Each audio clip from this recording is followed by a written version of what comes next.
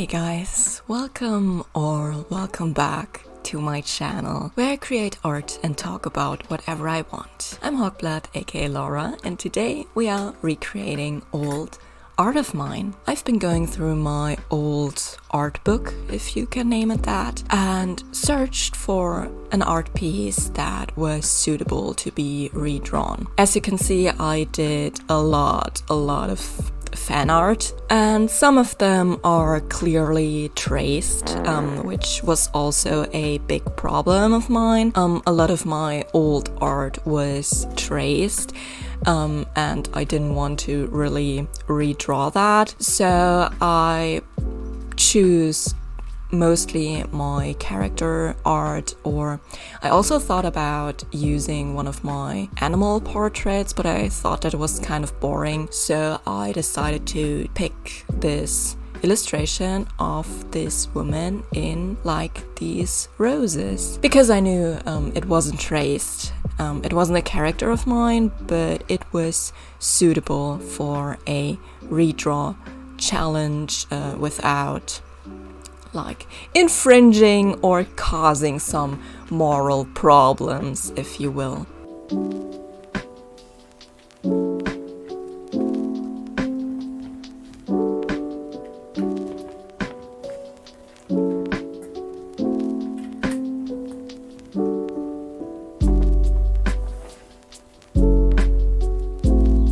And though this piece is already 7 years old, I still think that the style I started it with is actually quite pleasing. It's not technically very advanced, but it is quite cute.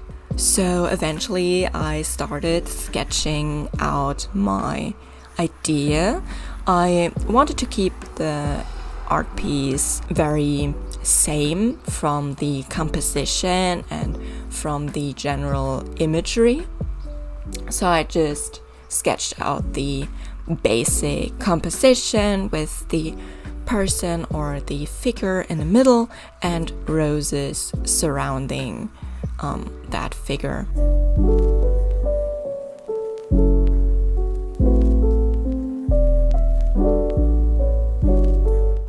I then came up with this final piece. I did the line art off camera because I don't like lining with a camera in my face, and I already like the comparison a lot better. It's much more dynamic, and yeah, then I started painting. I usually start with my watercolor paintings to map out the general color variety by just making a wet wash and then adding the basic colors to the page. Because with a very wet watercolor wash, the paint dries very lightly, so I have a basic concept of where the colors are going, but I do not have to confess to like darker washes. So yeah, I just usually start with one big color wash, let that dry, and then slowly build up my values. And at this point, I directly want to confess to you all, the video footage you're seeing is actually a year old. I did this painting 1 year ago, which is also not really true. I started this painting 1 year ago, but I finished it in December of 2024. And overall, the progress of this video was stretched very long. I generally struggle a lot with editing videos that are more time intense. Especially my traditional videos are a lot of work that I oftentimes cannot really do. And yeah, it's really bugging me that it took me so long to make this video, because I remember that I wanted to talk about like my artistic development and overall how I feel about this piece, and I forgot everything. I just know like basic stuff. But yeah, it just bugs me because I have a video idea and then I record the footage and I know exactly what I want to do, and then just life happens and I don't really have the time to actually edit my videos, and that sucks a lot. But yeah, also I am recording the audio with my windows open. It's the first day of a very long heat period, and it's the first day that it actually rained, and now I just have my window open for the airflow. So if you hear any cars outside, I apologize for that, but I am frying.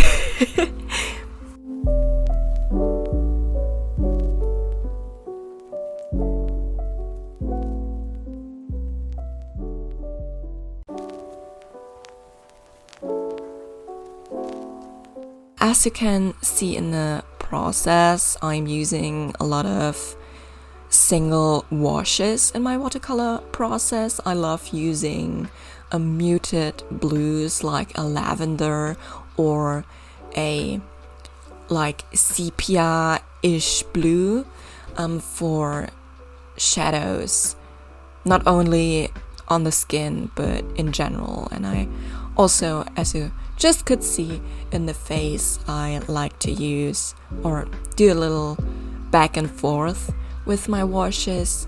It creates a very nice texture and very nice soft shadows. I really like that technique. I actually used to hate watercolors because I thought they were very desaturated, like you could only use them for light washes. But that's obviously not the case. If you use good watercolors, you can actually use them as vibrantly as gouache. And yeah, I mean, like if you compare the new piece to the old artwork, it's obviously also two different mediums. The original was made in alcohol markers, and this piece is made in watercolors. But I overall wanted to like just redo this piece in my current art style, and I don't use alcohol markers anymore. I use them rarely in my sketchbook to map out the colors for larger paintings, but I don't really use watercolor. I don't really use alcohol markers anymore. So I wanted to make the new piece in watercolor as well, because that is simply the medium I decided to learn and adapt to within the last 6 years, actually. Yeah, it's been almost half a decade since I'm actively painting in watercolors. Time flies. It's insane.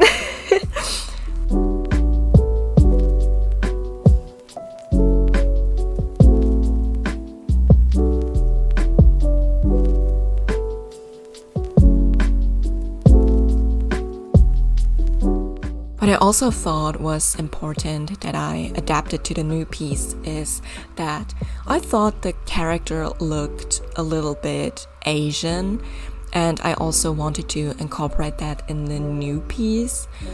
I think I actually managed to do that quite well. I still fairly struggle to portray other races and other ethnicities in my art. Not because I don't want to, but because you simply learn art on Caucasian models. And I feel like I struggle with portraying different ethnicities, like in the anatomy alone. Like, I struggle a lot with black characters. I feel like they oftentimes have like Caucasian features that are just like dark skinned, and people like that exist, but yeah, it's hard to find good reference or a good tutorial, but I'm working through it. I'm very happy with how this piece turned out. I think the character is recognizable as Asian.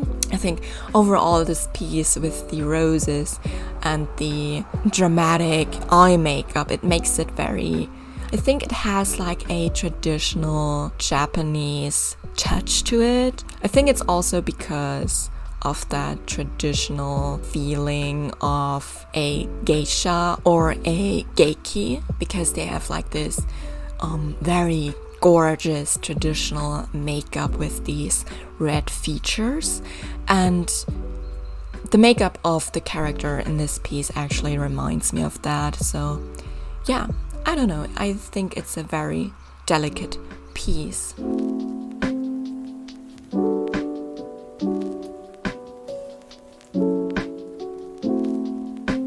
I actually thought about if this artwork is a character of mine, because back then I only exclusively did either bad traced fan art or my characters essentially, and these were very edgy characters.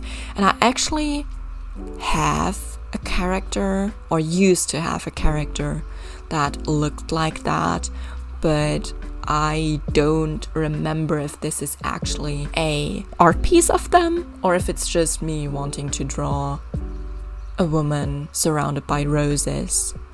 So yeah, I don't know. But yeah, here I am rendering the roses.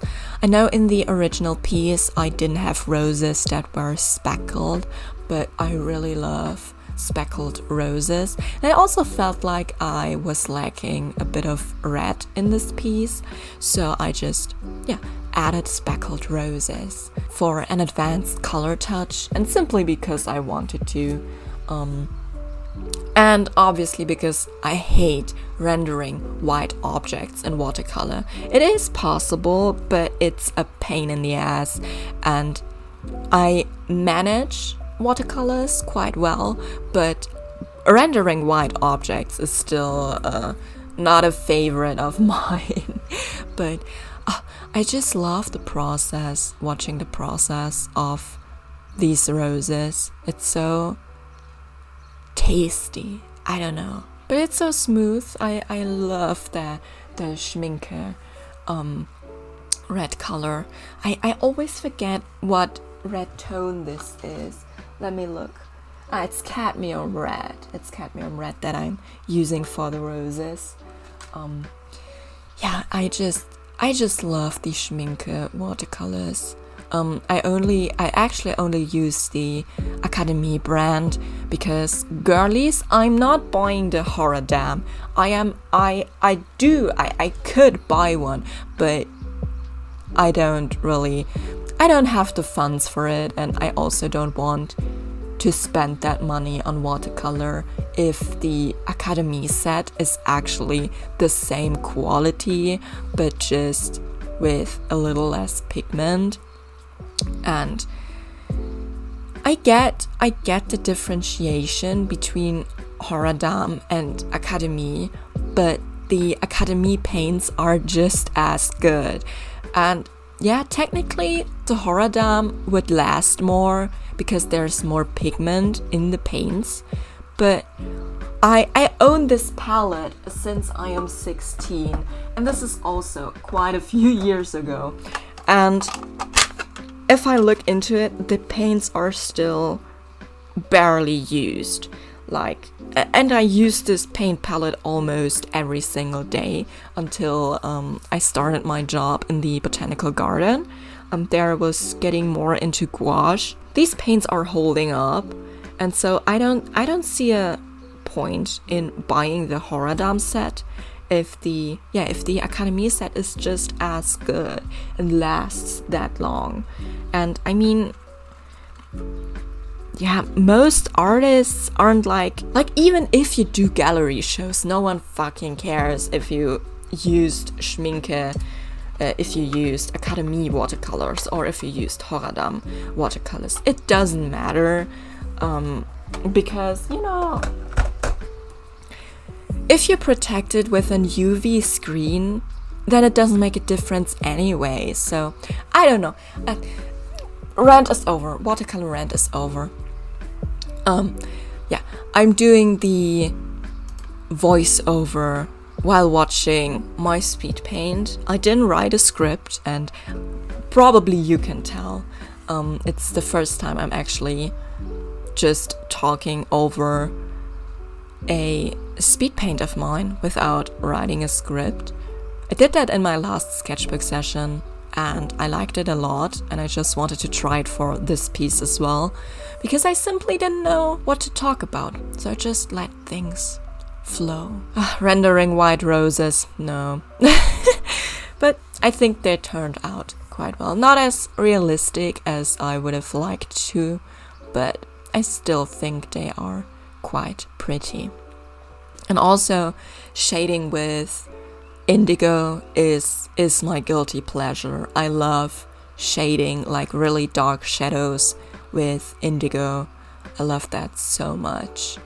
I'm actually using the indigo from Van Gogh because that is the darkest indigo, the darkest and most pigmented indigo color I came across yet, and I just love it so much. It's such a good shading color, and generally my art is very high in contrast. I love high contrast art, especially in watercolor, so that indigo is perfect for my art style and I love it so much. Oh, adding highlights. Yeah, I'm adding highlights generally with white ink. But that ink is also like, I use the Winsor & Newton calligraphy ink. I don't know, it's just the Winsor & Newton ink. And the white ink I bought years ago is A, almost finished, and B, it was already a little bit clumpy when I opened it, and it does the job, but I think if I just bought a new one, I would struggle a lot less with like smearing. That is happening just right now as you're watching this video. But yeah, white highlights, I could use them with, or I could add them with gouache as well, but I don't know, I am more, I feel like gouache is not as controllable as ink is. This is why I always shied away from using gouache as highlights. But yeah, I don't know.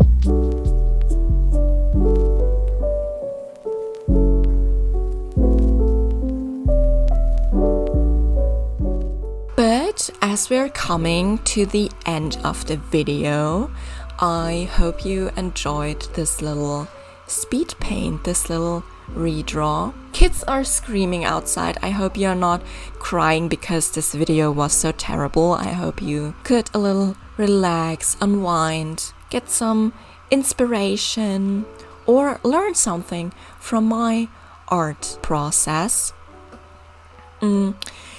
I apologize again for this very chaotic voiceover that didn't really connect to the actual topic of this video, but yeah, I do not know what I wanted to talk about in this video. I do not remember anymore.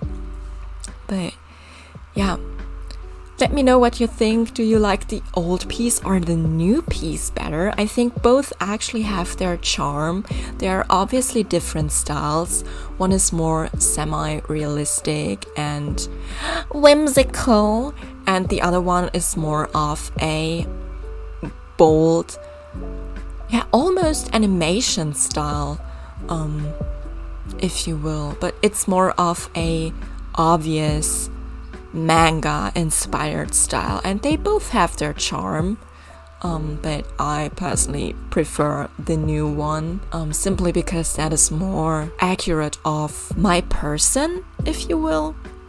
It's more accurate of the aesthetics that I like nowadays. My art is very detailed today, and also, yeah, very whimsical, very sparkly, very vibrant. And I feel like this vibrancy is not really portrayed in my old piece, and I simply just do not enjoy that as art anymore. I like very bold and high contrast art, but yeah, both pieces are nice. I like the boobs, they are very nice to draw. So yeah, until next time, stay safe, especially with these hot weathers, and again, let me know what you think. Yeah, bye!